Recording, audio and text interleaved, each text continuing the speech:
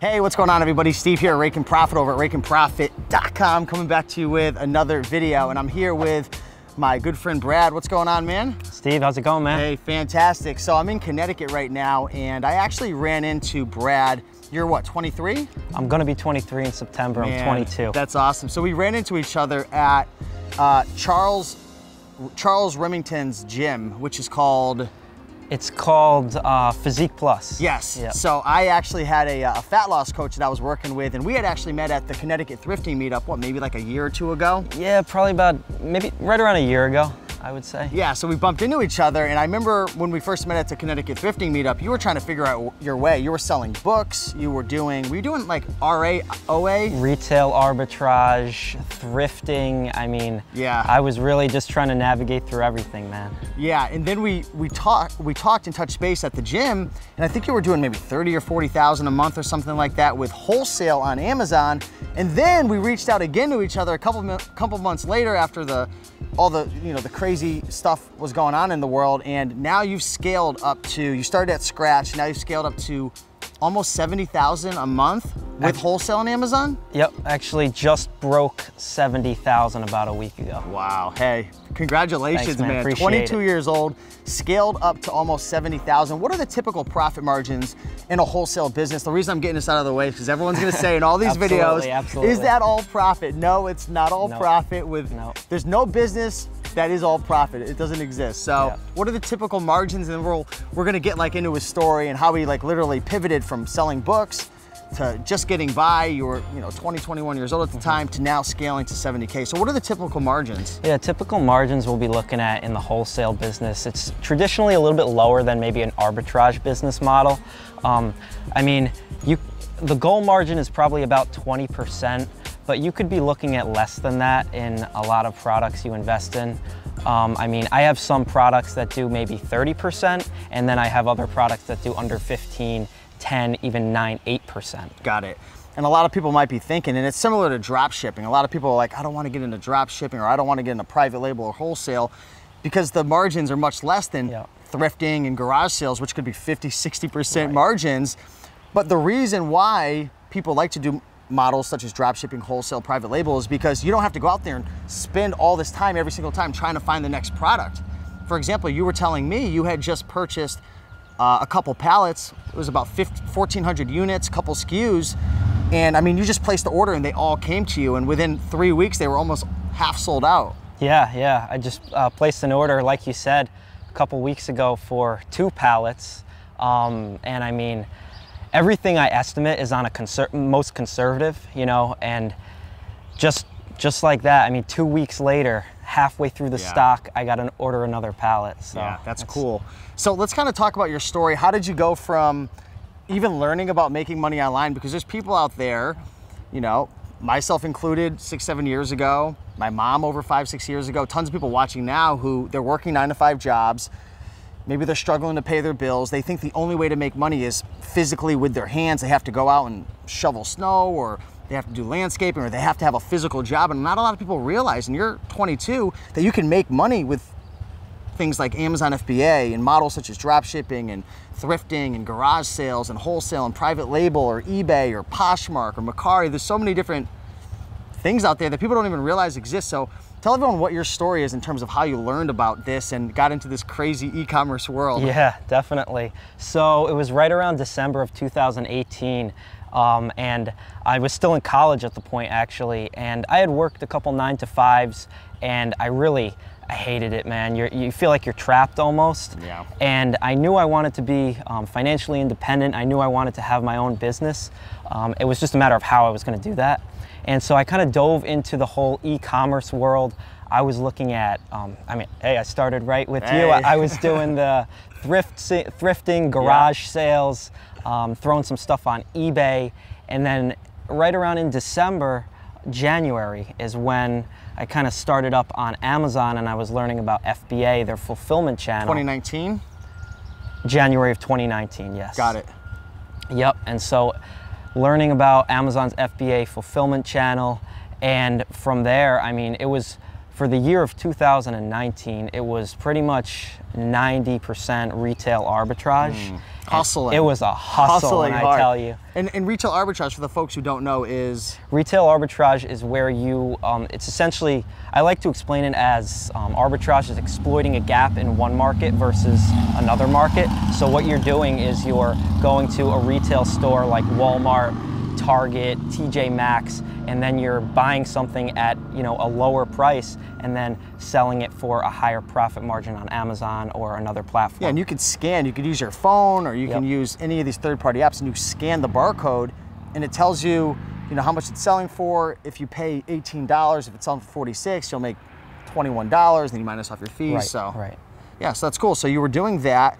You learned about FBA, which is fulfillment by Amazon. So you were doing retail arbitrage, and I'm sure you got to the point where you're like, this hustle is just insane. Yeah, the prepping was the packing up orders, and I knew I wanted to build out more of a I knew I wanted to scale my business. So right around August, September is when I got my first wholesale account. Wow. It was actually with a local distributor. So that's like 9 months ago, 8-9 months ago. 8-9 months ago, yeah. I got my first wholesale account, was with a local distributor, and I still actually purchase from them today. Like in the area, like locally? Locally Wow, in the cool. area, yeah. So, and that's one thing, that's actually a tip that I tell people when they ask is, use your connections. You know, if there's opportunities in your local area, you know, this is a supply chain business, so you really want to network with everyone you can, and you never know what can be profitable, even in the town that you live in.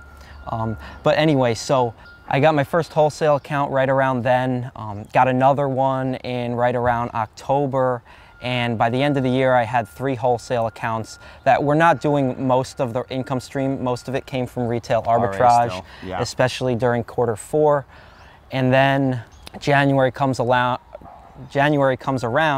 and I made it a goal to prioritize wholesale. Interesting. Start reaching out to companies. And and sorry to interrupt you, but No, what yeah. made you realize, like, this is the opportunity with wholesale versus RA? Because I know people who have 6, even upwards to 7+ Absolutely. businesses built out of RA. What made you realize and we were talking before the camera went on, there's a million ways to be successful, but not everything that I do or you do is gonna be right for the person, for you watching, or for the next person, or for my mom, or for a good friend of mine. You have to figure out what works for you. So what specifically made you say to yourself, I wanna pivot from RA, I wanna move to wholesale? Yeah, definitely. It's a great question, Steve. So, and there is no one business model that's better over another. It's like you said, what works best for you.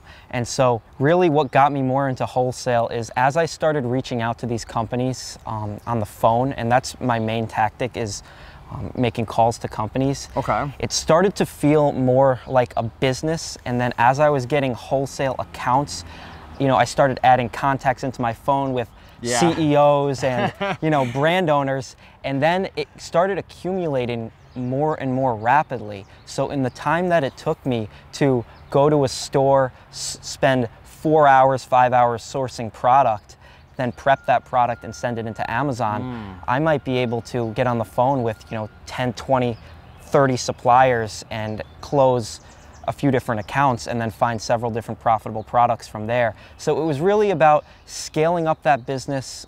Retail arbitrage is an extremely time-intensive business model. And there's no guarantees, because you could figure out, okay, I could find this specific toy at Walgreens, and you go and you wipe through them all, and then maybe they don't replenish it, or it's not on sale or on clearance again. So you find a new source, but that's not a lifelong source.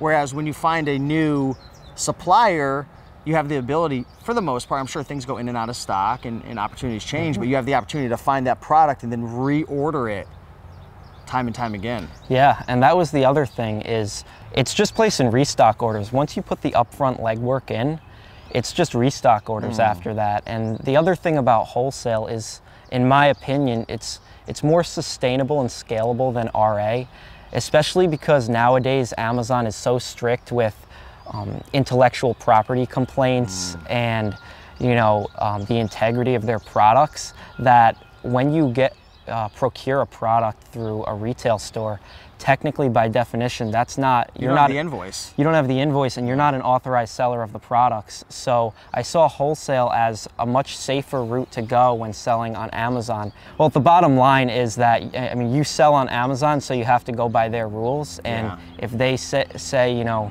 if a brand issues you an IP complaint on Amazon, that could be tough. It could be pretty scary for your business. If you guys are enjoying this video so far, make sure to hit the like button, comment, subscribe if you're not already, because we're gonna be shooting a whole bunch of videos. So this video is gonna be more about his story, how he went through the ups and downs. We have a lot more videos coming up. Also, I didn't mention it, he just started a YouTube channel as well. So pause the video really quick and do me a big favor and subscribe to his channel, because what do you have for subscribers now? He just started. I just started. I'm not throwing you under the bus. No worries, Steve. I just started up a couple weeks ago. Maybe under 20 subscribers. We got to get him over 100, 200 subscribers, because he's doing it. He's living this life. He's a really good guy. He's young, he's hungry. We need more people who are actually aligned with what they're saying and not just trying to, I don't know, just do it for the wrong reasons in a sense. So he's got a really good heart, and definitely subscribe to his channel. So let's talk about, you landed your first 3 deals. You made the decision that in 2020, right, you're gonna start really pushing forward. You're gonna pivot from RA to wholesale. You knew that it was the right thing for you because of your goals and what you wanted. So let's talk about, and we're not gonna get into super nitty gritty in this video. So again, make sure to subscribe, because we're gonna shoot a bunch of videos. But let's talk about your progression from January 2020 to now. At the time of this recording, I think it's June 9th or 10th or something like that. You've scaled up to 70K in sales. So let's talk about that progression to maybe motivate and inspire people, because that's a very short period of time, 9 months, going from, you know, I don't know, what were you doing at the time with wholesale at the beginning? In the beginning of January. 5K a month or something? With wholesale, probably about 4K a month. Got it. But it was mostly RA, you know. So that's a 10X. So let's dive into that. How did you do that? You mentioned phone calls. Let's talk about your routines. Let's talk about your habits. Let's talk about your mindset. How did you do that? Definitely. Yeah, so in the beginning of 2020, this year, I set a goal to call at least 10 to 20 companies per day. Really? Monday through Friday. What made you think that? Did you just realize, like, the more calls I make, the more money I'm gonna make, or? Yeah, so I mean, in the industry, you know, I think what's not talked about a lot is actually reaching out to companies and developing a relationship with these brand owners and providing that value to them. And I saw an opportunity there where I could, you know, take maybe a list of 20, 30 suppliers and just call and see how I can provide them value on Amazon. So you saw an opportunity and you said, you know what, I gotta just hit the pavement. Hit the gas run. Yep. So you started to call these people. How did you find these lists of wholesale?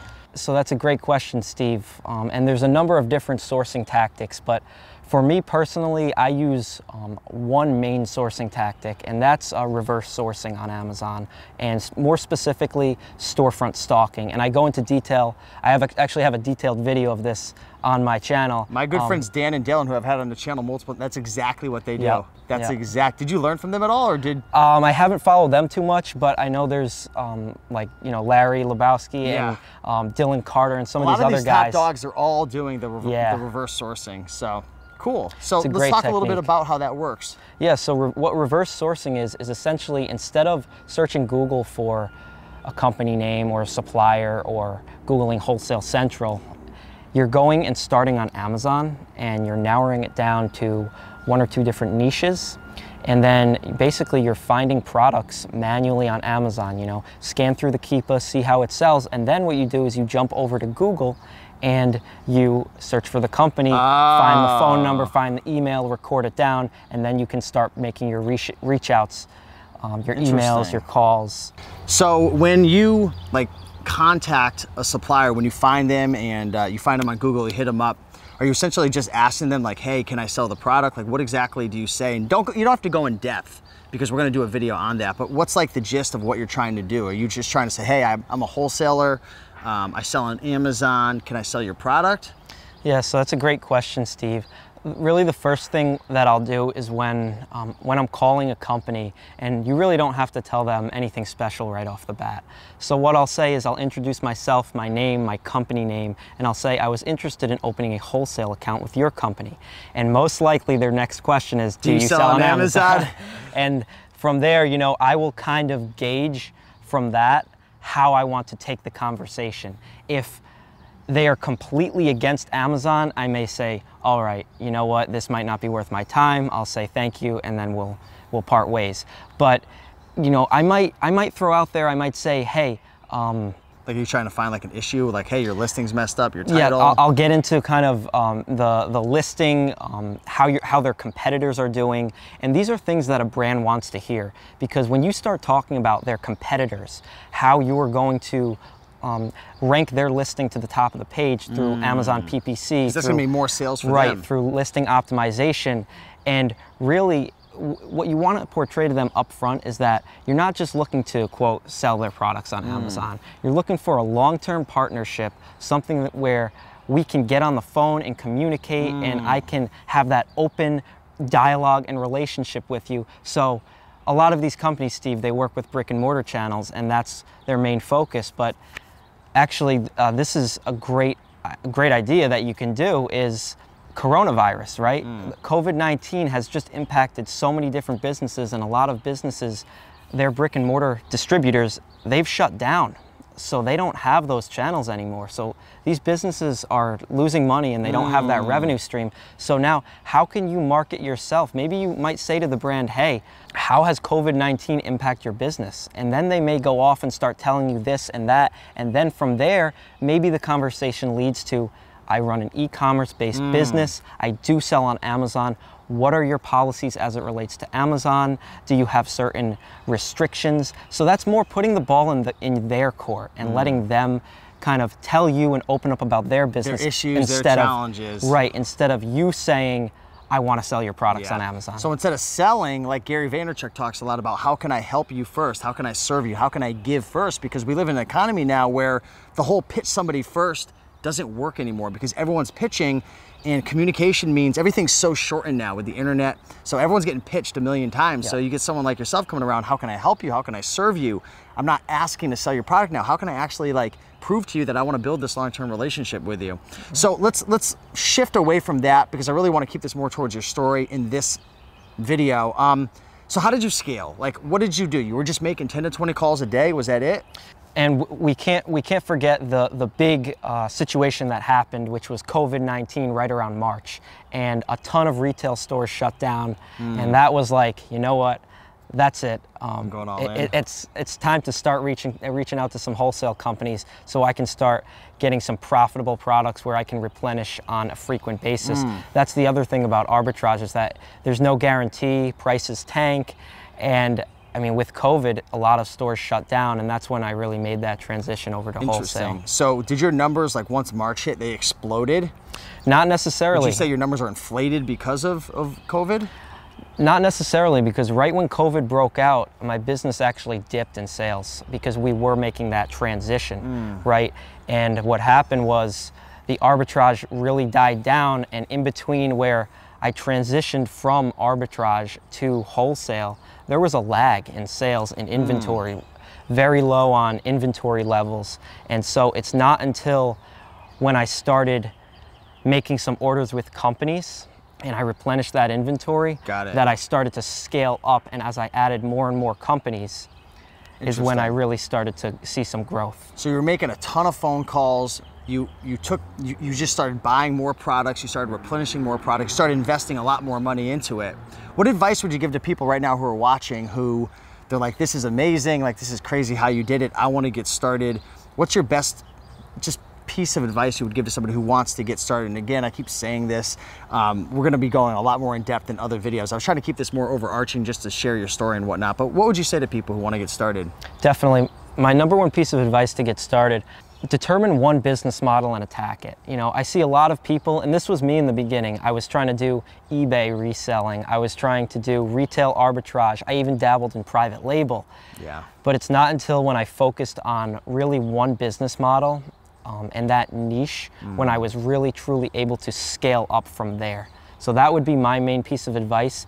And wholesale, it can be a little bit intimidating at first. Yep. No, wholesale could definitely be intimidating at first because I'm sure there's a lot from legality to upfront costs to building relationships to phone calls. Yeah. In terms of some intimidation factors, it might be, you know, making phone calls, getting on the phones with brand owners, or they don't know you're 22, or maybe, right, you know, they don't, and you know, maybe placing that first pallet order, that's a large investment up front. So my best piece of advice would be to, if it requires too much capital up front for you, maybe start to scale through arbitrage and learn the business model, learn how Amazon FBA works through arbitrage. Yeah. It's a great way to learn about Amazon, even if the profits are not great, which you can make a lot of money in arbitrage, but even if your profits are not great, if you see your goal in wholesale, start going to some stores and sourcing RA products, pack up a shipment and send it to Amazon, because you're really going to learn that process, and it's going to mitigate a lot of risk down the road when you go into wholesale, because you're going to know the process, you're going to know the supply chain and how to really move a product from source A to sell to the customer on Amazon. So if you want to learn more about wholesale, check out his YouTube channel, which is Brad Sherman. So I'll put the link to that down below in the description. If you enjoyed this video and his story, be sure to hit the like button, comment, subscribe. In the future, once all the future videos that we're going to be posting go, I'll link them down below as well, or just, you know, check out my channel or his channel. We got a lot more videos. We're going to go into depth in terms of, you know, how to source products, maybe we'll do a video on like the phone call thing, which is cool. Yep. The various criteria, biggest mistakes. We got a bunch of videos to record today. So smash that like button, follow him on YouTube, and we'll see you in the next one. Peace.